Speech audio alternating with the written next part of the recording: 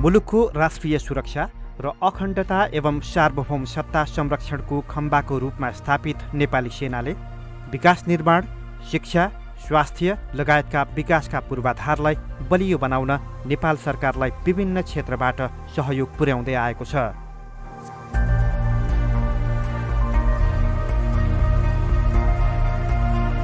आफ्नो संस्थामा आबद्ध बहालवाला तथा अवकाश प्राप्त सकल दर्जा र तिनका आश्रित परिवारलाई नेपाली सेनाले प्रदान गर्ने विभिन्न कल्याणकारी सुविधाहरूमध्ये स्वास्थ्य सेवा पनि एक महत्त्वपूर्ण पाटो हो।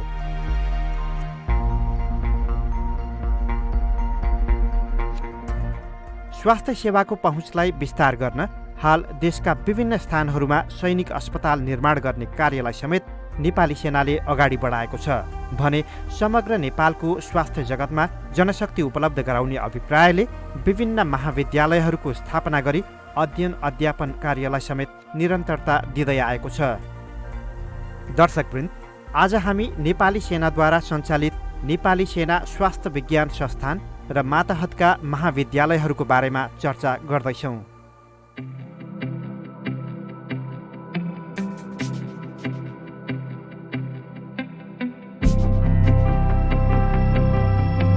संस्थागत आवश्यकतालाई पूर्ति गर्दै समग्र देशको स्वास्थ्य क्षेत्रलाई जनशक्ति उपलब्ध गराउन चिकित्सक उत्पादन मार्फत टेवा पुर्याउने हेतुले नेपाली सेनामा विक्रम सम्वत 2068 सालमा नेपाली सेना स्वास्थ्य विज्ञान संस्थानको स्थापना गरिएको हो।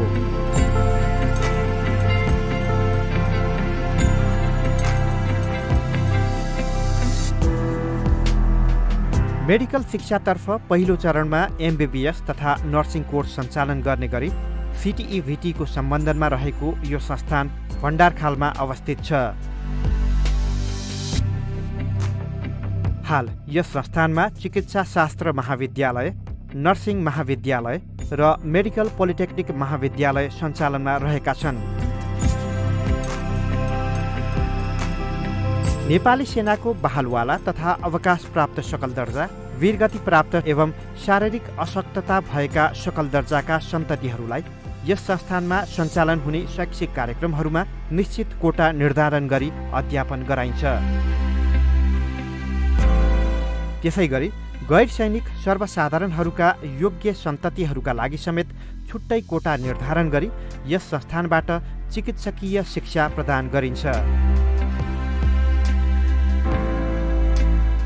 एमबीबीएस पढ्न इच्छुक विद्यार्थीहरूले चाहिँ सर्वप्रथम त +2 साइन्स चाहिँ बायोलोजी लिएर पढेको हुनु पर्यो र +2 साइन्स बायोलोजी लिएर पढेका विद्यार्थीहरूले चाहिँ टियुआइएमको प्रवेश परीक्षामा समावेश हुनु पर्यो र प्रवेश परीक्षा टियुआइएमको प्रवेश परीक्षा उत्तीर्ण भएका उक्त विद्यार्थीहरूले चाहिँ विभिन्न मेडिकल कलेजहरूमा चाहिँ अप्लाई गर्न सक्छन्। सो मध्येको चाहिँ नेपाली सेना स्वास्थ्य विज्ञान संस्थान कलेज अफ मेडिसिन पनि एउटा हो र हामीले चाहिँ प्योरली स्वच्छ किसिमले चाहिँ मेरिटको आधारमा हामीले चाहिँ भर्ना लिन्छौँ र हाम्रो यस नेपाली सेना स्वास्थ्य विज्ञान संस्थान अन्तर्गत कलेज अफ मेडिसिनमा चाहिँ यसपालि जम्मा 100वटा कोटा प्राप्त भएको छ र सो 100 कोटा मध्येमा चाहिँ आर्मीतर्फ 47 कोटा हो र सिभिलतर्फ 36 र विदेशी कोटा 7 छ र एमओई मिनिस्ट्री अफ एजुकेसनको कोटा स्कलरसिप कोटा चाहिँ 10 गरेर जम्मा 100 कोटा चाहिँ छ।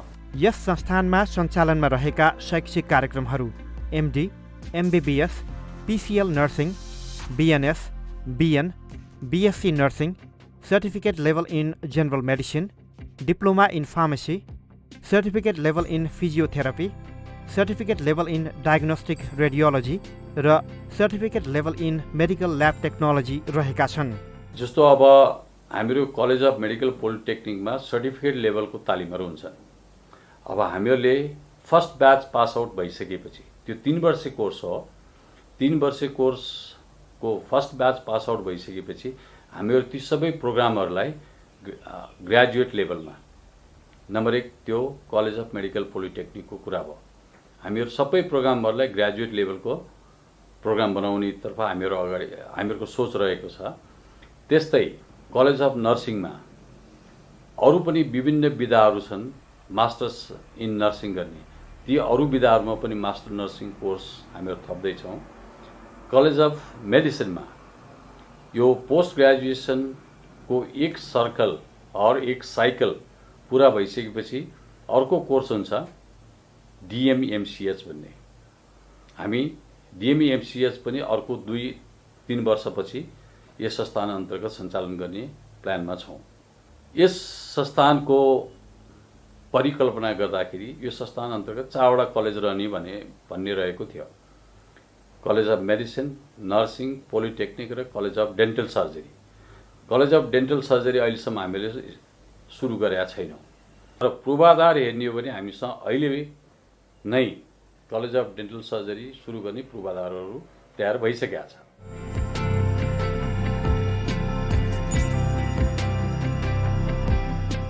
भौतिक संरचना र शैक्षिक सामग्री एवं उपकरणहरूको पर्याप्तताका कारण संस्थानको व्यवस्थापकीय र शैक्षिक अवस्था उत्कृष्ट छ। शान्त र मनोरम वातावरणका बीच रहेको सुविधा सम्पन्न अत्याधुनिक आधारभूत विज्ञान भवनहरू, प्रशासकीय कार्य सञ्चालन हुने एडमिनिस्ट्रेटिभ कम्प्लेक्स र विभिन्न सुविधासहितका छात्रावासहरू एकै स्थानमा व्यवस्था हुनुले उत्कृष्ट भौतिक पूर्वाधारलाई प्रतिबिम्बित गर्दछ। एकदम राम्रो चाहिँ उत्कृष्ट किसिमको भौतिक पूर्वाधार रहेको छ यहाँ चाहिँ। र हाम्रो कलेज अफ मेडिसिनमा 100जना विद्यार्थीहरू एउटा ब्याचमा गएर जम्मा करिब 600 विद्यार्थीहरू चाहिँ इन हाउस छन्। सबैलाई भित्रै खाने बस्ने यहाँ खेल्ने खेल मैदानको चाहिँ सुविधा एकदम राम्रो रहेको र साउना एन्ड जिम्नेजियम, मेस, क्याफेटेरिया सबै सुविधा रहेको हुनाले यहाँको भौतिक पूर्वाधार उत्कृष्ट रहेको छ। नर्सिङ र पोलिटेक्निकको पनि जुन बेसिक साइन्स अनि कक्षा कोठाहरू अन्य पठन पाठनको फेसिलिटीहरू उत्कृष्ट रहेको छ। यी व्यवस्थापकीय भौतिक संरचनाभित्र रहेका प्राविधिक सुविधासहितका IT lab, histology lab, skill lab लगायतका विभागहरूमा अध्ययनरत शिक्षार्थीहरूलाई व्यावहारिक ज्ञान दिलाउन आधुनिक उपकरणहरूको व्यवस्था गरिएको छ।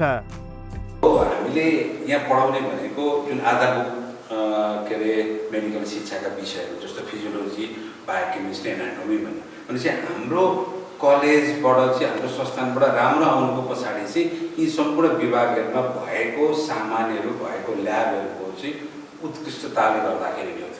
उनीहरूले एक्सपोजर पाउँछन्, उनीहरूले आएर विद्यार्थीले पनि आएर गर्न पाए, त्यही अनुसारको हामीले उनीहरूलाई सिकाउनु पायौँ र त्यसले गर्दाखेरि चाहिँ सुरुदेखि नै भनौँ न जबदेखि नै चाहिँ दह्रो हुँदै आउन पाउने अवस्था हाम्रोमा छ।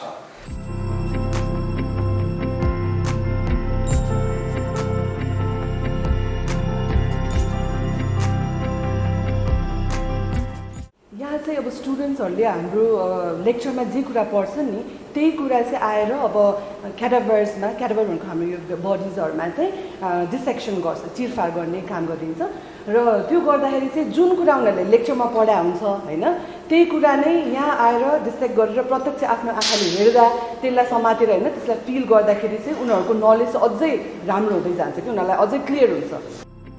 चिकित्सा क्षेत्र सैद्धान्तिक ज्ञानले मात्र पूर्ण नहुने र अध्ययनरत विद्यार्थीलाई आधुनिक उपकरण तथा प्रविधिसँगै व्यावहारिक ज्ञान प्रदान गर्नुपर्ने उत्तिकै महत्त्वपूर्ण रहने हुँदा संस्थानमा उपलब्ध साधनहरूमा समय सान्दर्भिक रूपमा परिमार्जन र थप गर्ने गरिएको छ। अहिलेको चिकित्सा शास्त्र अभ्यास र शिक्षण पद्धतिमा धेरै सुधार आइसकेका छन् है। अब अहिले कस्तो भन्छन् भन्दा स्किल बेस्ड लर्निङ भन्छन्। जस्तो मैले बिरामीसँग कुरा गर्न अगाडि पनि मैले त्यो कुरा गर्ने तरिकाको प्र्याक्टिस गर्नुपर्छ भन्छौँ हामी है, त्यसलाई कम्युनिकेसन स्किल्स भन्छौँ हामी होइन। त्यसको पनि प्र्याक्टिस गरेर अनि बल्लदेखि बिरामीसँग बोल्ने भन्छौँ हामी। अब हामीले बोल्ने कुरामा त चाहिँ हामीले पहिलादेखि प्र्याक्टिस गरेर आऊ भन्छौँ भने अब हामीले कुनै पनि प्रोसिजरहरू गर्दाखेरि जस्तो पनि रगतै तान्ने काम गर्दाखेरि उसले प्र्याक्टिस नगरिकन त बिरामीमाथि गऱ्यो भने त त्यो सफल हुने चान्सेस त एकदम कम भयो। त्यो कारणले गर्दाखेरि अहिलेको शिक्षण पद्धति भनेको चाहिँ कम्प्लिटली स्किल बेस्ड लर्निङ भएको छ। स्किल बेस्ड लर्निङमा बसेका विद्यार्थीहरू अवश्य पनि अरू विद्यार्थीहरूभन्दा धेरै राम्रा हुन्छन्। हामीले उत्पादन गर्ने हाम्रो जुन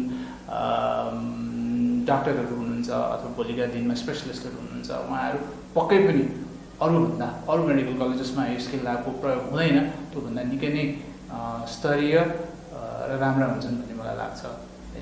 नेपाल चिकित्सा सङ्घद्वारा लिइने लाइसेन्स परीक्षामा संस्थानबाट MBBS अध्ययन पुरा गरेका चिकित्सकहरूले प्राप्त गरेको नतिजा उत्कृष्ट रहँदै आएको छ।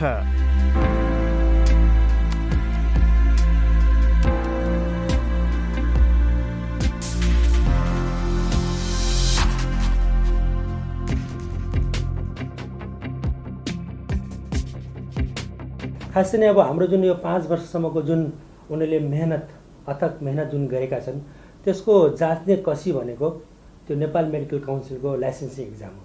किनभने एमबिबिएस पास गरेर मात्र हुँदैन, एनएमसी एलई पास नगरेसम्म उनीहरूले चाहिँ एज अ डक्टर लेख्न पनि पाउँदैनन् र कुनै औषधहरू बिरामी हेर्न पनि पाउँदैनन्।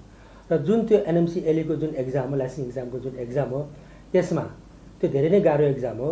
अहिले देखिन आएकोमा अराउन्ड 30-40% भन्दा बढी पासहरू भएको छैनन् विद्यार्थीहरू, जात दिने विद्यार्थीहरू।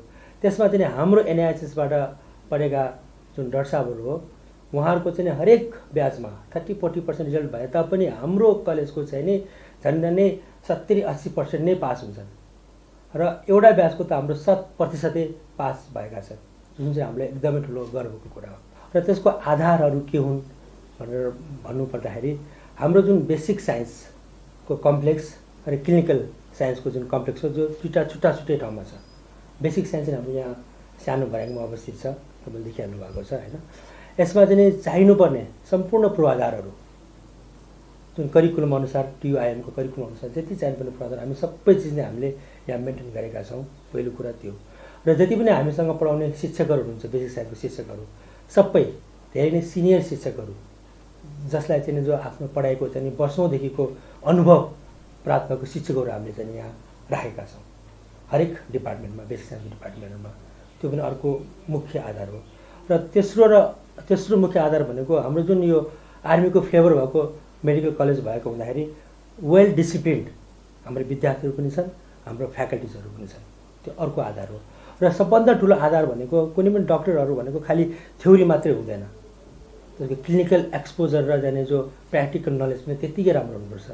जुन कुराको फुलफिलमेन्ट चाहिँ हाम्रो श्री वीरेन्द्र हस्पिटल, जुन चाहिँ हाम्रो झन्डै 80 वर्ष पुरानो हस्पिटल हो, त्यहाँको हस्पिटलमा जुन हामीसँग भएको बिरामीको लोड, हामीसँग भएको प्रोफेसर्सहरू र हामीसँग भएको अनुभवहरू जुन हामीले विद्यार्थीलाई हामीले दिइरहेका छौँ, जुन क्लिनिकल एक्सपोजर हामीले उहाँहरूलाई देखाइरहेका छौँ, त्यो सबै कारणले गर्दाखेरि हाम्रो विद्यार्थीहरू राम्रो भएका।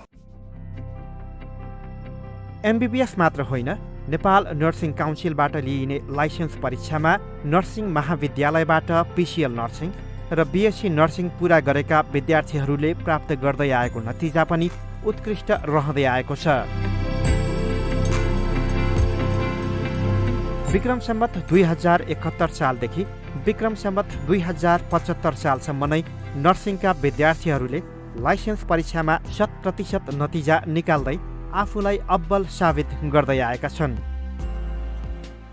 अहिले चाहिँ प्रत्येक उसमा 40-40 जना चाहिँ लिन्छौँ होइन। प्रत्येक उसमा चाहिँ ब्याचमा अहिले हाम्रो प्रोग्रामहरू चाहिँ PCL, BNS, bachelor of nursing science अनि बिएससी नर्सिङ गरेर 3टा प्रोग्राम, साथै अहिले गत वर्षदेखि चाहिँ मास्टर इन नर्सिङ पनि सञ्चालन भइरहेको छ। यसै गरी संस्थान अन्तर्गत रहेको कलेज अफ मेडिकल पोलिटेक्निकमा प्रमाणपत्र तहमा अध्ययन अध्यापन हुने गर्दछ।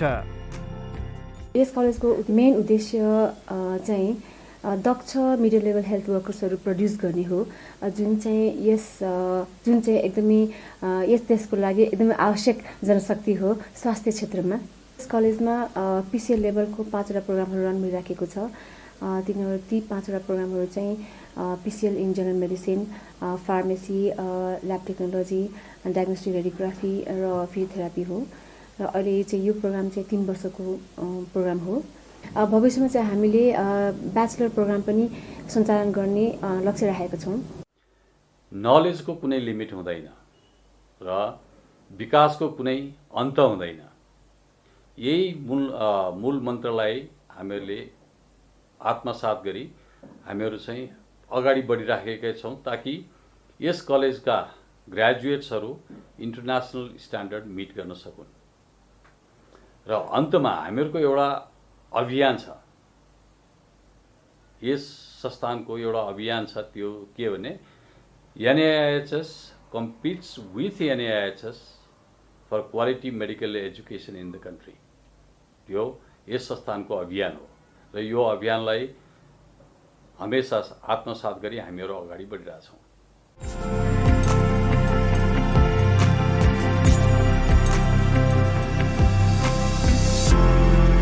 यसरी चिकित्साशास्त्र र चिकित्सक उत्पादन गर्ने परिवेशमा स्थापनाको छोटो अवधिमै आफ्नो विशिष्ट पहिचान कायम गर्न सफल नेपाली सेना स्वास्थ्य विज्ञान संस्थानको आगामी शैक्षिक यात्रा थप सफल बनोस्।